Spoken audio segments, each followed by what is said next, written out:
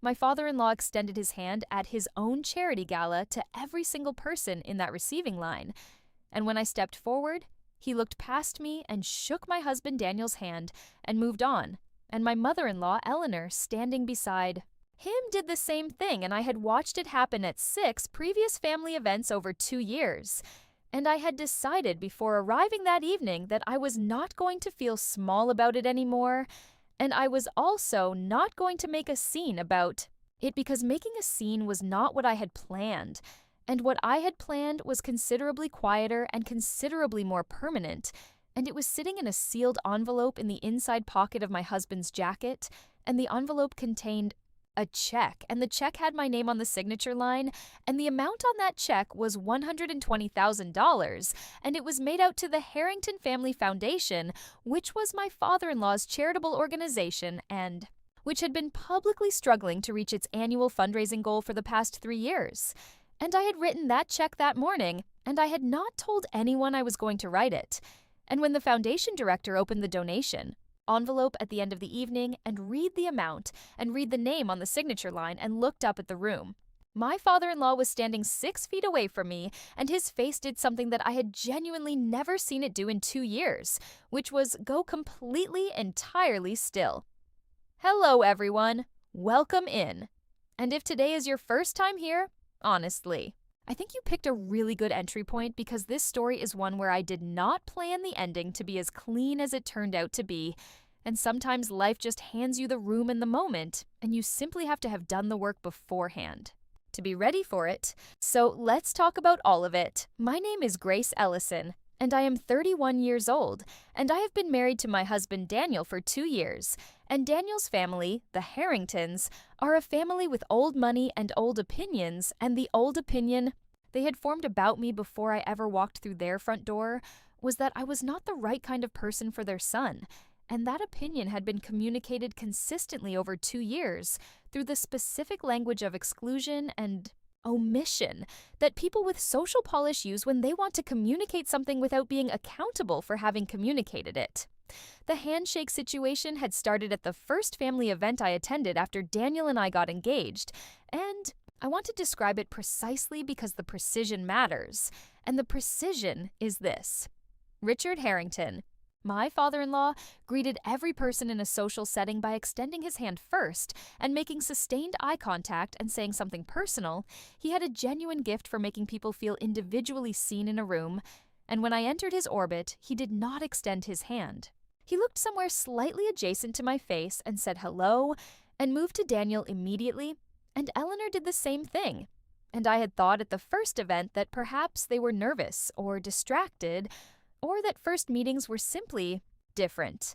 And then it happened at the second event and the third, and by the fourth event, I understood that it was a policy and not an oversight. And by the sixth event, I had stopped standing in positions where the contrast was visible to others. Because I did not want Daniel to feel caught between us, and because I did not think the right response to being excluded was to perform my exclusion for an audience. What the Harringtons did not know about me, because they had never asked and I had never volunteered, and Daniel respected my decision about what to share and when, was the specific nature of my professional work, which was that I ran the foundation arm of a mid-size wealth management firm, meaning my job was specifically to help high-net-worth clients identify, structure, and execute significant charitable giving. And I had been doing this work for 4 years, and I was good at it, and I understood the landscape of family foundations and charitable fundraising in ways that most people in most rooms did not.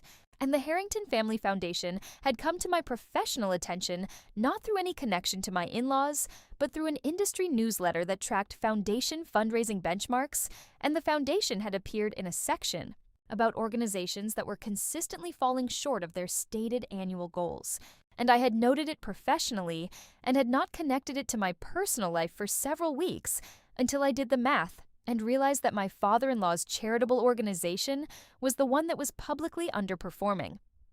I want to be honest about what I decided and why I decided it, because I think the honesty matters more than the optics here, which is that I did not write the check as a weapon And I did not write it as a transaction, and I did not write it because I thought money could buy the respect of people who had decided not to give it. And I wrote it because the foundation supported 3 youth education programs in communities that genuinely needed the funding, and the work those programs did was real. And I believed in it, and I had the means to make a significant contribution, and I decided to make it. And the fact that the contribution also happened to have a name on it that my father-in-law would have to reckon with was not the reason for the check, but it was, I want to be honest, a factor in the timing. The gala was a black tie event at a hotel ballroom, and there were approximately 180 people, and Daniel and I arrived and went through the receiving line, and the handshake situation happened the way it always happened, and I smiled and moved forward and found our table. And Daniel said, "Are you okay?" And I said, "I'm always okay, Daniel." And he said, "Grace," and I said, "Enjoy the evening." Daniel, and he looked at me for a moment, and I looked back, and he said, "You did something, didn't you?" And I said, "I made a donation to your father's foundation this morning." And Daniel said, "How much?" And I told him, and Daniel was quiet for a long moment, and then he said, "Grace," and I said, "Yes," and he said, "My father is going to see your name on that." And I said, "I know," and he said, "Why?" And I said, "Because his foundation does important work, and we have the means to support it." And Daniel said, and I said, "And I have been attending events in this family for 2 years, and your father has not once extended his hand to me. And I have not said anything about it, and I am not going to say anything about it tonight either." And I said, "But he is going to see my name, and he is going to know that the person he has been looking past has been writing checks larger than most of his donors." And I said, "I want him to have that information."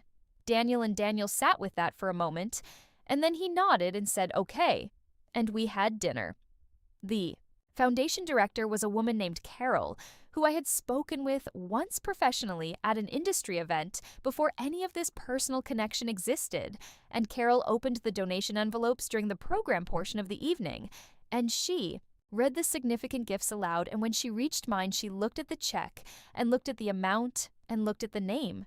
And she said, "We have received a remarkably generous gift this evening from Grace Ellison Harrington," and the amount, she said, produced an audible reaction from the room because it was the largest individual donation the foundation had received in 4 years, and Richard was standing near the stage area, and I watched him hear the name, and I watched him process it, and I watched his face go through the stillness I described at the beginning.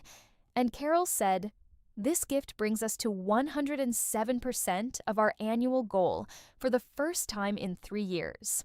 And the room applauded, and Richard turned and found me in the room, and I was sitting at our table with my hands in my lap, and I looked at him, and I did not smile, and I did not perform anything, and I simply looked at him the way you look at someone when you need them to understand something, without saying it, and he understood. Richard walked to our table during the applause, and he extended his hand to me, and I took it, and he shook it, and he said, "Grace, I want to apologize." And I said, "Richard, I appreciate that." And he said, "I have not treated you the way you deserve to be treated." And I said, "No, you haven't." And he said, "I don't have a good explanation." And I said, "I know you don't." And he said, "The gift is extraordinarily generous." And I said, "The programs do important work." And he said, "Yes, they do." And he said, "I would like to start over, if that's something you're willing to consider." And I said, "I'm willing to consider it, Richard." And he nodded, and he went back to his place. And Eleanor came to me 20 minutes later and said, "Grace, I owe you an apology as well." And I said, "Eleanor, I know you do." And she said, "We made assumptions." And I said, "You did." And she said, "They were wrong." And I said, "Yes." And she said, "Daniel chose well." And I said, "I know he did." And I said, "So did I." And she looked at me for a moment, and something shifted in her expression. And she said, "Yes." And I think he did too. And we had a real conversation for the first time in 2 years. And it lasted until the venue staff started stacking chairs around us. And neither of us noticed until a waiter mentioned it. And we laughed, and I thought that laugh right there was worth considerably more than the check.